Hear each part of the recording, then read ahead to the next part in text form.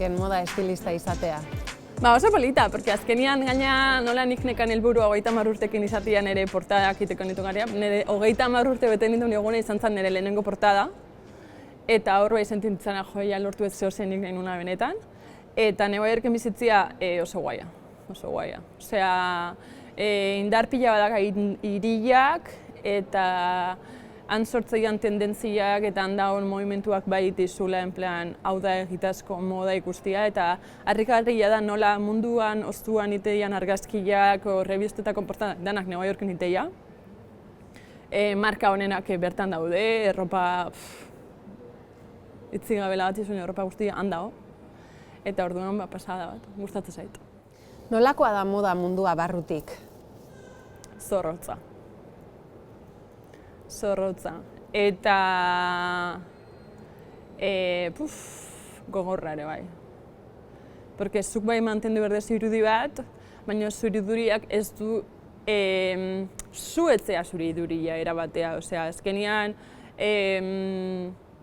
ez du balio ni jastia erabatea esateko hola jantzi behar da. Bai, ni jantzeko naiz erabatea, porque intentzia jarra ez zaitut eta nik diseinatzen nire erropa askotan da hori dana, baina izan berdezu kapasa beste batei ondo jasteko. Orduan ez da nik nire buruan hola jasteten ez. Ze kapazitatea dakasun beste bat jasteko bere honenian. Orduan, eta dana gora bertezu ikustezun guztia mentalmente leku guztitan. Osea, goratzen ez ikusetela soineko hau, benga ba, lortu berdez soineko hori. Museo pilat ikusi berdia, revistak ikusi berdia, desfileak ikusi berdia, egunero jun berdezu lantzen zuk ze ikustezun. Esan duzu, 30 urterekin azal bat edo azalak egiten ikusi nahi zenuela zure burua, ideiak oso argi dituzu. Markatu duzu beste zerbait, ez dakit 35 edo 40 urte betetzen dituzunerako?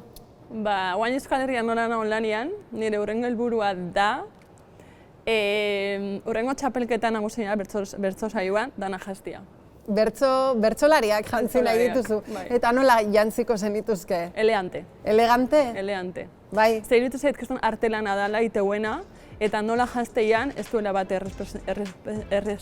errepresentatzen behaien lana, eta orduan nola oso bertsosarian naizen, gustatuko nitzaidake behaien jastia.